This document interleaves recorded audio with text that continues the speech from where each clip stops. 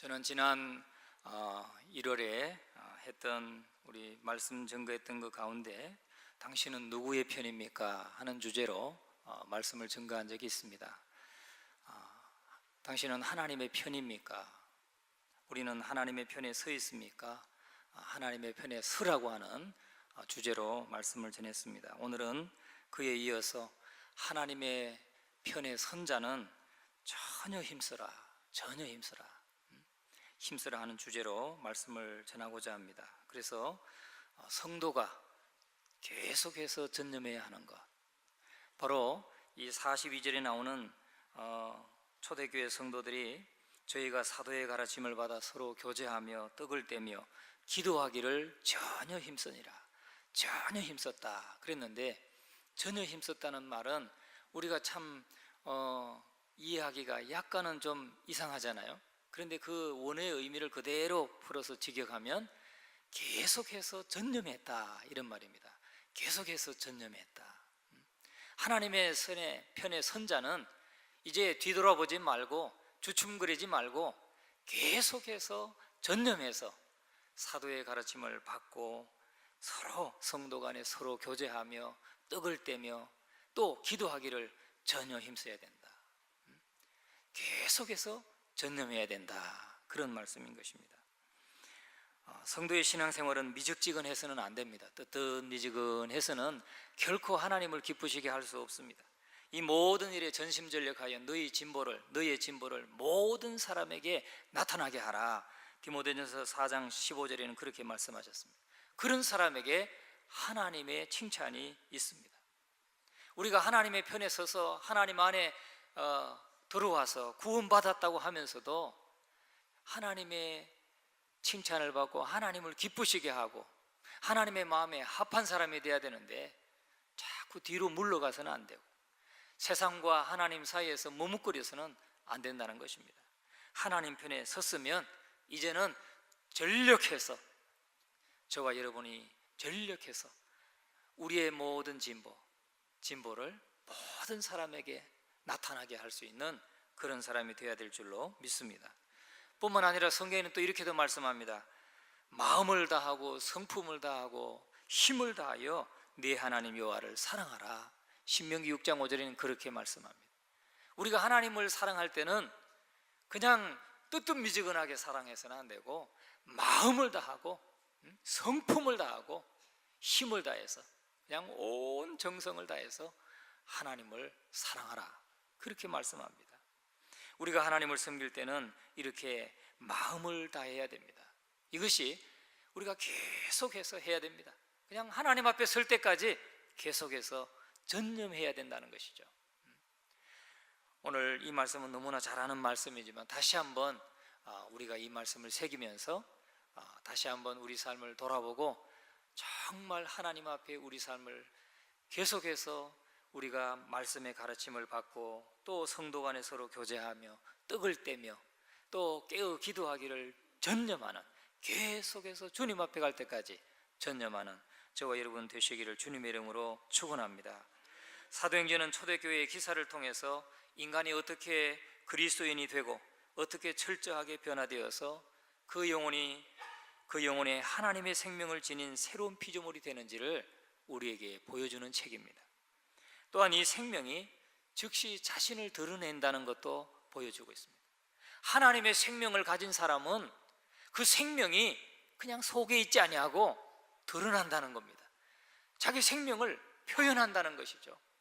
이 세상에 태어난 아기는 출생하자마자 응애 아니면 응아 하는지 잘 모르겠습니다만은 응애 하고 자기가 살아있다는 것을 그 울음소리를 통해서 드러내는 것입니다. 죽어있는 아기는 태어났는데 죽었다, 그 아이는 소리를 내지 않습니다. 살아있는 생명은 반드시 자기가 태어나는 순간 살아있다는 것을 그 울음소리를 통해서 나타낸다는 것이죠. 우리가 하나님의 자녀가 되면 하나님의 생명을 가진 사람은 자기의 생명을 드러내게 되어 있다는 것입니다. 바로 생명은 활기가 있다는 것입니다. 우리 주 예수 그리스도 안에 있는 새 생명도 마찬가지인 것입니다. 그러므로 그리스도인들의 모든 모습과 행동은 모두 그들 안에 있는 새 생명의 표현인 것입니다. 오늘 우리의 모습, 오늘 우리의 표현, 우리의 모든 행동, 이거는 내 속에 있는 생명을 표현해 주는 것이라는 겁니다. 아주 그 생명이 활기찬 사람은 어떻습니까? 행동 자체가 활기차지 않습니까? 굉장히 우울하고 낙심하고 이런 사람은 행동 자체가 느리고 막 깔아지고 누가 봐도 그냥 남들도 힘이 빠지게 돼 있습니다. 근데 속에 막 활기가 넘치는 사람은 그 행동과 모습과 그 삶을 통해서 다른 사람을 막 힘있게 한다는 거죠. 여러분, 이들의 모든 행동 하나하나가 그렇다는 것이 아니라 그리스도인이 되고 나면은 그 삶의 주된 성향, 그리스도인이 되고 나면 그 삶의 주된 성향과 주된 특징이 바로 그렇다는 것입니다. 이것을 다르게 표현하면 그리스도인들은 그 안에 새 생명을 가졌고 그 안에 하나님의 생명을 가졌다고 밖에는 설명할 수밖에 없는 사람들이라는 것입니다. 그래서 요한복음 10장 10절에 말씀합니다. 도적이 오는 것은 도적질하고 죽이고 멸망시키려는 것뿐이요 내가 온 것은 양으로 생명을 얻게 하고 더 풍성히 얻게 하려 함이라. 예수님께서 그렇게 말씀했습니다. 내가 온 것은 양으로 생명을 얻게 한다. 그리고 더 풍성히 얻게 하려 온 것이다. 그렇게 말씀했어요. 예수님을 믿은 사람, 예수님이 그 속에 있는 사람은 생명이 있습니다. 하나님의 생명이 있습니다. 새 생명이 있습니다. 그리고 그 생명은 풍성한 삶을 보여준다는 것이죠. 풍성한 삶을 나타낸다는 것입니다. 예수 그리스도가 없다면 우리에게는 생명이 없습니다. 오직 그분만이 생명을 주십니다. 우리는 지금 새 생명이 나타나는 방법들을 살펴보고자 하는 것입니다. 소극적인 면에서는 사람들이 그리스도인이 될 때 가장 먼저 하는 일은 뭐냐면 자신을 세상으로부터 분리시킨다는 거죠. 세상으로부터 분리시킵니다. 그리고 적극적인 면은 오늘 본문이 우리에게 그것을 나타내주고 있습니다. 그리스도인이냐 그리스도인이 아니냐 하는 것은 둘 중 하나입니다. 우리가 그리스도인이든지 그리스도인이 아니든지 둘 중에 하나지 이게 어중간한 중간은 없다는 것입니다. 본문의 진리에 비춰보면은 어느 쪽인지 우리가 알게 되는 것입니다. 오늘 사도행전 2장 42절에서 46절까지 말씀을 우리가 보는 가운데 다시 한번 42절과 46절 두 절만 다시 한번 읽겠습니다. 저희가 사도의 가르침을 받아 서로 교제하며 떡을 떼며 기도하기를 전혀 힘쓰니라. 그리고 46절 날마다 마음을 같이하여 성전에 모이기를 힘쓰고 집에서 떡을 떼며 기쁨과 순전한 마음으로 음식을 먹고 그랬습니다. 오늘 저는 이 42절과 46절의 말씀을 중심으로 오늘 하나님이 주신 새 생명을 가진 사람이 어떻게 계속해서 전념해 가야 되는지, 어떻게 하는 것이 계속해서 전념해 가는 것인지를 함께 나누면서 은혜를 나누고자 합니다. 소극적으로는 하나님의 새 생명을 가진 사람은 소극적으로는 세상과 분리한다고 그랬습니다. 그 다음에 적극적으로는 교회에 합류하고 계속 교회 안에 있었다는 것입니다. 이것이 초대교회 성도들이 우리에게 보여주었던 모습입니다. 그러니까 오늘 이 시대도 보면은 점점 더 편리함만을 추구하지 않습니까?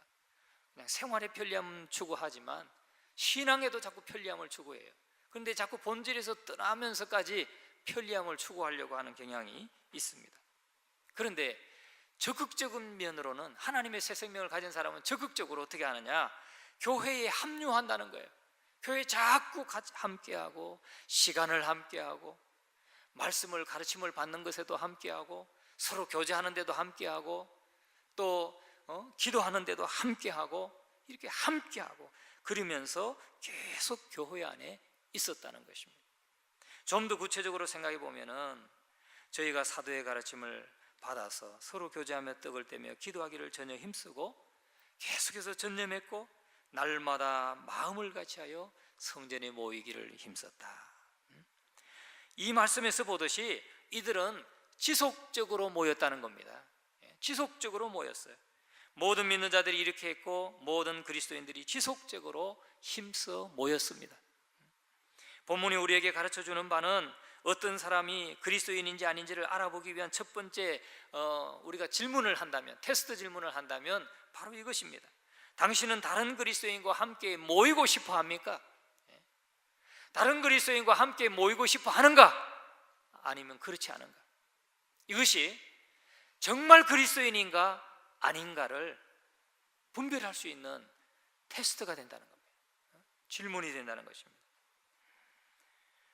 오늘 저와 여러분에게 이런 바람이 없다면 결론은 하나밖에 없다는 것입니다. 그런 사람은 그리스도인이 아닌 것입니다. 아니, 어떻게 그렇게 말할 수 있습니까? 근데 오늘 본문이 그렇게 우리에게 말씀해주고 있다는 것입니다. 어떤 사람은 자신은 교회에 출석하지는 않지만 마음으로는 하나님을 믿고 있다면서 자신도 그리스도인이라고 생각하는 사람이 있습니다. 그리스도인의 모임에, 예배에 참여하지는 않으면서 자기는 그리스도인이다, 그렇게 생각합니다. 또 그런 사람의 경우에 실제적으로 그는 자신이 교회를 출석하는 사람보다 내가 더 나은 그리스도인이다, 그렇게 생각하는 사람도 있다는 것입니다. 나는 내가 더 도덕적으로 더 낫고, 내가 볼 때 교회 나가는 사람들이 더 도덕적으로 좀 못하고, 그렇게 생각하기 때문에 나는 그게 별로 끼고 싶지 않다. 그러나 나는 마음으로 하나님을 믿는다. 그리고 난 당신들보다 더 좋은 그리스도인이다, 그렇게 생각하는 사람이 있다는 것입니다. 그런데 사도행전에 따르면 이런 사람은 그리스도인이 아니다 라고 분명하게 말씀하고 있습니다. 왜 그렇습니까? 물론 그들이 말했듯이 교회에 다니는 사람들 중에는 정말 사람들의 손가락질을 받는 그런 사람들도 있습니다. 피할 수 없는 사람들도 혹 있습니다. 또 많지도 않지만 혹 있습니다. 교회 안에는 자신이 왜 교회에 나오는지, 그리스도인이라는 것이 무엇인지도 모르면서 습관적으로 교회에 오가는 사람들이 있다는 것도 우리는 알고 있습니다. 그러나 모든 교인에게 그 말씀이 해당한다고는 동의하지 않습니다. 저는 그들이 신약 성경에 나오는 것과 정반대로 행동하기 때문에 그리스도인이 아니라고 말씀하는 겁니다. 그렇게 정말 이 그리스도인의 모임에, 하나님의 일에 함께 동참하지 않는 것은 그리스도인이 아니라는 것을 말하고 있는데, 왜냐하면 이 성경에서 말하고 있는 이 말씀대로 정반대라는 것이죠. 오늘 42절의 말씀은 저희가 사도의 가르침을 받아 서로 교제하며 떡을 떼며 기도하기를 계속해서 전념하니라. 이게 하나님의 새 생명을 가진 사람들이 나타내는 표현이라는 거예요. 이것이 없으면 새 생명이 있는가 없는가를 우리는 돌아봐야 된다는 것입니다.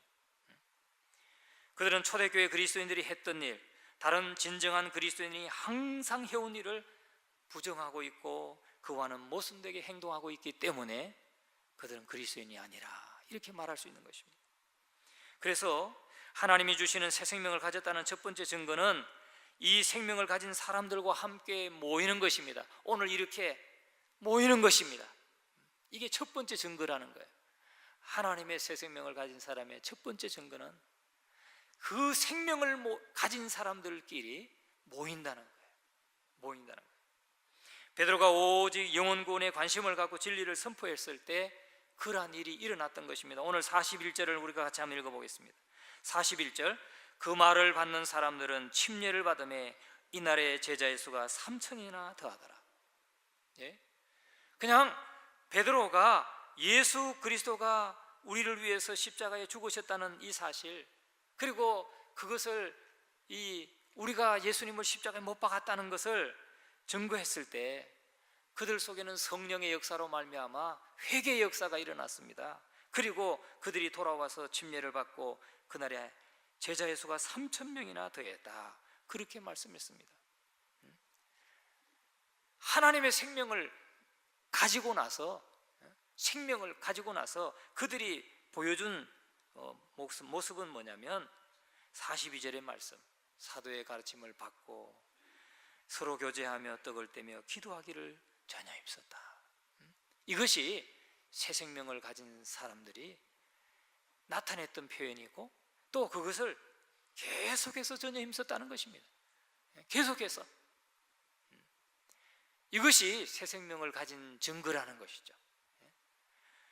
여러분, 사도행전 2장을 보면 사람들이 그리스도인이 되고 거듭나고 그 내면의 새 생명을 소유할 때 다른 그리스도인들과 연합이 가장 큰 일이었습니다.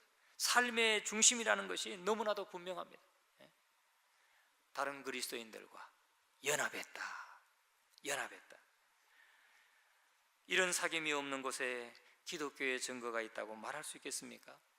자, 그럼 두 번째 증거는 무엇입니까? 두 번째 증거는 이들이 정기적으로 모였을 뿐만 아니라 즐겁게 모였다는 거예요. 즐겁게 모였다는 거죠. 사도들의 가르침을 받고 서로 교제하며 떡을 떼며 기도하기를 전혀 힘썼다. 즐겁게 모였습니다. 이들은 마지못해서 모이거나 두려움 때문에 모인 것이 아니었습니다. 의무를 이행하기 위해서 모인 것도 아니었습니다. 그냥 즐겁게 모였습니다. 초대교회 때 사도들이 오순절 성령 강림 후에 담대히 나가서 예수 그리스도의 죽음과 부활을 선포했을 때, 형제들아 우리가 어찌할꼬 하면서 그들은 울부짖었습니다. 바로 성령의 역사로 말미암아 성령의 이끌림 받아서 그렇게 주님께로 회개하고 돌아왔다는 것입니다. 어떤 강제력도 있지 않았습니다. 오늘 이 시간에 주님 앞에 나온 여러분도 그렇지 않습니까? 누가 막 때린다고 나왔습니까? 누가 강제해서 나왔습니까? 아니잖아요. 참 스스로 나왔습니다. 이 그리스도인의 연합 모임에 함께 나오셨습니다. 오직 성령이 이끌려서. 여러분, 사도행전 2장의 사람들은 거듭났고 전혀 힘쓰므로, 다시 말하면 계속 전념해서 자신들이 거듭났다는 것을 보여주었습니다. 예루살렘의 그리스도인들은 날마다 지속적으로 힘써 모였습니다. 그들은 서로 떨어져 있을 수 없었습니다. 서로 성도들이 보고 싶어서, 또 그래서 모여가지고 열심히 찬양하고 또 교제하고 또 기도하기를 힘썼다 그랬습니다. 초대교회도 그랬지만은 모든 개혁과 부흥의 시대도 그랬습니다. 위대한 부흥기마다 있었던 모습은 뭐냐면 모이기를 힘썼는데 즐겁게 모였다는 거예요. 즐겁게. 저도 저희 모교회가 전에도 한 말씀드렸지만 106주년 됩니다. 금년에 106주년. 그런데 저 어릴 때 교회 마당에 이렇게 우리가 놀러 가면은 늘 기억나는 것이 그것입니다. 우리 사택이 바로 예배당 앞에 사택이 있었어요. 종탑이 있었고 그 옆에 사택이 있었는데, 사택에는 늘 그렇게 제잘 막 웃음소리와 뭐 시끌벅적한데 막 보면은 그 우리 여집사님들이 막 모여가지고 막 수다 떨고 있는 거예요. 너무나 수다 떨고, 뭐 우르르 문 열고 나올 때 이제 가야 된다고 하면서 나올 때 보면은 막 바글바글하게 나온 게 기억이 납니다. 너무나 아직도 그 기억이 생생합니다. 물론 작은 교회였죠. 시골 교회고. 제가 우리 교회에 와서 또 우리 교회를 한 30년 이상 이렇게 섬기신 분들 신방 다닐 때마다 늘 들었던 말씀이 뭐냐면, 수양관에 그 베델관 지을 때 막 벽돌도 나르고 거기에 가마솥 걸쳐놓고 막 떡국 끓여가면서 막 이 밥해가면서 섬겼을 때 너무너무 행복했다고 그 말씀을 많이 하시더라고요. 여러분, 부흥하는 교회는 공통점이 있습니다. 뭐냐? 즐겁게 모였다는 거예요. 오늘 여러분 우리 예배에 오실 때마다 정말 즐거운 마음으로 또 다른 성도를, 그 사랑하는 성도를, 형제와 자매를 만난다는 기쁨으로 열심으로 즐겁게 나오시기를 주의 이름으로 축원합니다. 막 우거지상을 하고 막 그냥 마지못해서 나오는 여러분이 아니라 정말 저 집사님, 권사님, 장로님을 만나는 기쁨에 막 보고 싶어서 이따 만나서 봐. 만나서 헤어질 땐 이따 전화할게. 전화하고 나면은 내일 다시 만나서 봐. 할 수 있는 그런 우리들의 모습이 돼야 될 줄로 믿습니다. 초대교회 성도들은 모이기를 열망했고 예배가 되도록 빨리 끝나기를 원하지도 않았다는 거예요. 여러분, 오늘 지금 예배가 빨리 끝나기를 지금 막 속으로 생각하고 계신 분 없습니까? 설교가 좀 짧았으면 좋겠다. 시간을 자꾸 보고 지금 보니까 그런 분은 없는 것 같아요.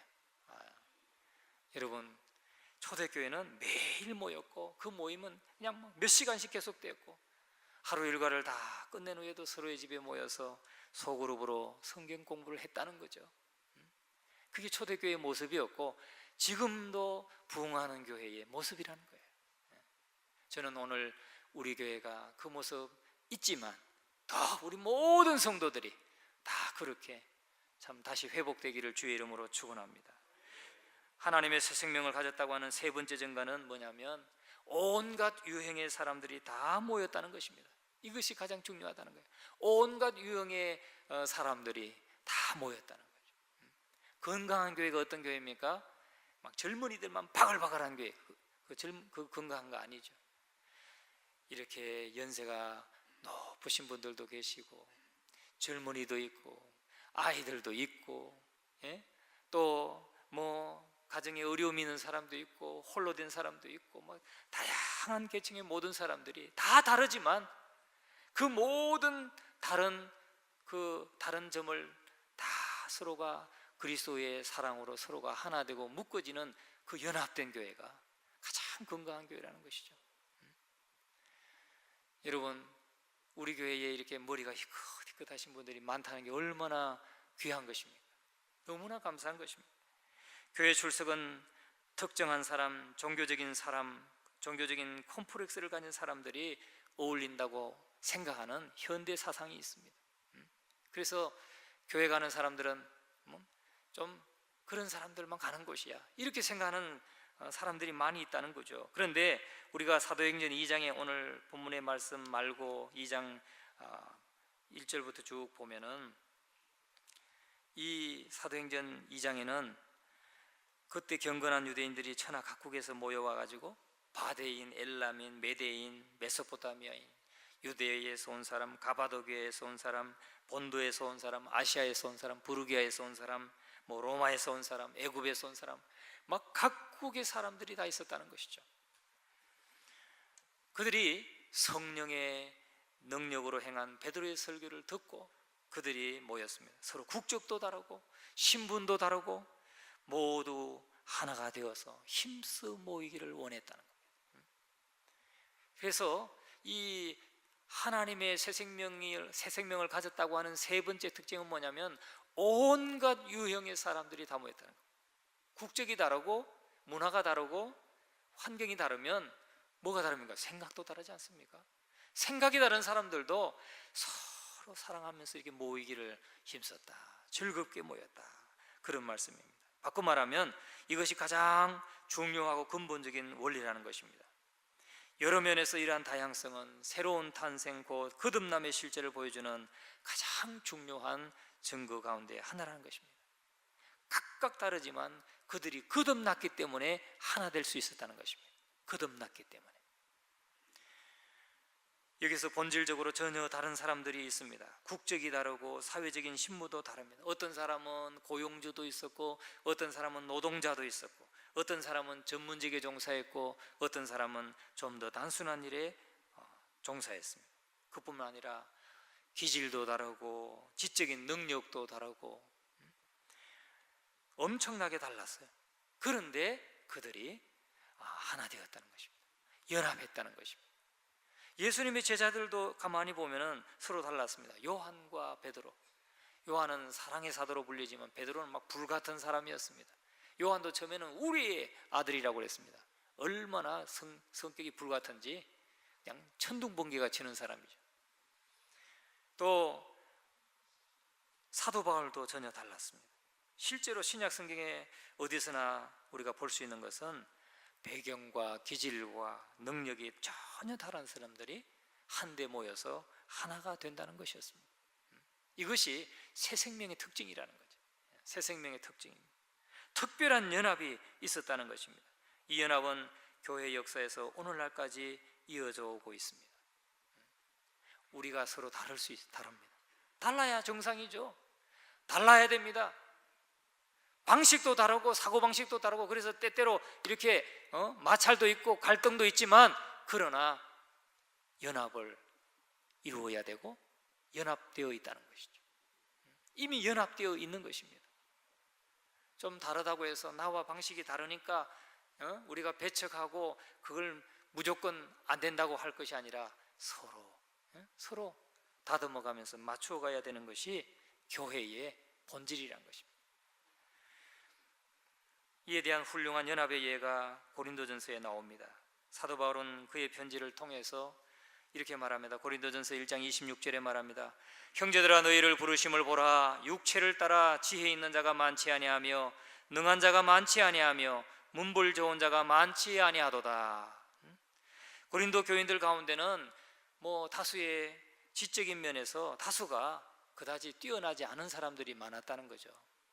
지혜 있는 자가 많지 않고 또 능한 자가 많지 않고 문벌 좋은 자가 많지 않았다. 그런데 그들은 사도 바울과 너무나 교제를 잘 이루었습니다. 11절에 가면은 고린도전서 1장 11절에 가면 내가 너희 보기를 심히 원하는 것은 무슨 신령한 은사를 너희에게 나눠주어 너희를 견고케 하려 함이니 이는 곧 내가 너희 가운데서 너희와 너희 믿음을 인하여 피차 안위함을 얻으려 함이라. 사도 바울은 대단한 사람 아닙니까? 아주 바리새인이었고 가말리엘 문화에서 정말 헬라의 시와 문학에 능통했던 사람이고 로마 법에 대해서도 굉장히 지식이 많았던 사람입니다. 아주 박식한 사람입니다. 아주 신앙에 있어서는 흠잡을 데 없는 바리새인이었습니다. 바리새인 중에 바리새인이라고 했습니다. 그런데 이렇게 지식이 좀 많지 않았고 또 그냥 단순한 일에 종사하는 분도 많았고 로마인들이 그들을 미련하다라고 말했는데 그런 사람들과 너무나 교제를 많이 잘했다는 거죠. 내가 너희 보기를 심히 원하는 것은 내가 너희 가운데서 너희와 나의 믿음을 인해서 피차 안위함을 얻으려 함이라. 서로 간에 위로를 받기를 원한다. 서로 위로하기를 원한다. 이렇게 학식도 많고 능력도 많고 그랬던 사도 바울이 그렇게 문벌이 좋지 않았던 사람, 능한 자도 아니었던 사람, 지혜도 별로 없었던 사람, 그들과 너무나도 아름다운 교제를 이루었다는 거죠. 이것이 하나님의 새 생명을 가진 사람들의 특징이었다는 것입니다. 세 번째 증거였던 것입니다. 우리의 한 가지 공통된 성질이 있다면 그것은 우리가 예수 그리스도의 생명을 가졌다는 것, 그것 하나, 거듭났다는 것, 그것 하나, 그것이 그들을 그렇게 묶었다는 것입니다. 이 생명은 지성보다도 깊고 국적보다도 깊고 기질보다도 깊고 재능과 소유보다도 깊습니다. 이 생명이 한 사람의 삶과 전망 전체를 주관한다는 것입니다. 그래서 우리가 세상을 보는 시각이, 이 전망이 바뀌어지게 되면 서로 달라도 다 품을 수 있고 함께 연합할 수가 있다는 것입니다. 네 번째 증거를 보겠습니다. 네 번째 증거는 뭐냐면 이렇게 다양한 사람들이 예루살렘에 함께 모인 것은 유유상종이란 것입니다. 유유상종.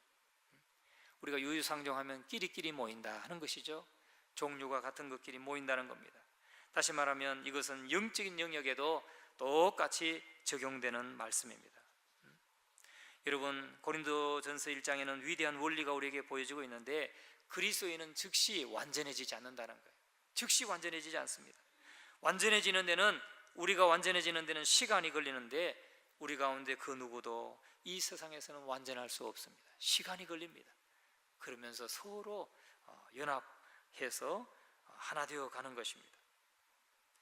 고린도의 그리스도인들은 거듭났습니다. 그러나 마귀가 바빴다는 것이죠.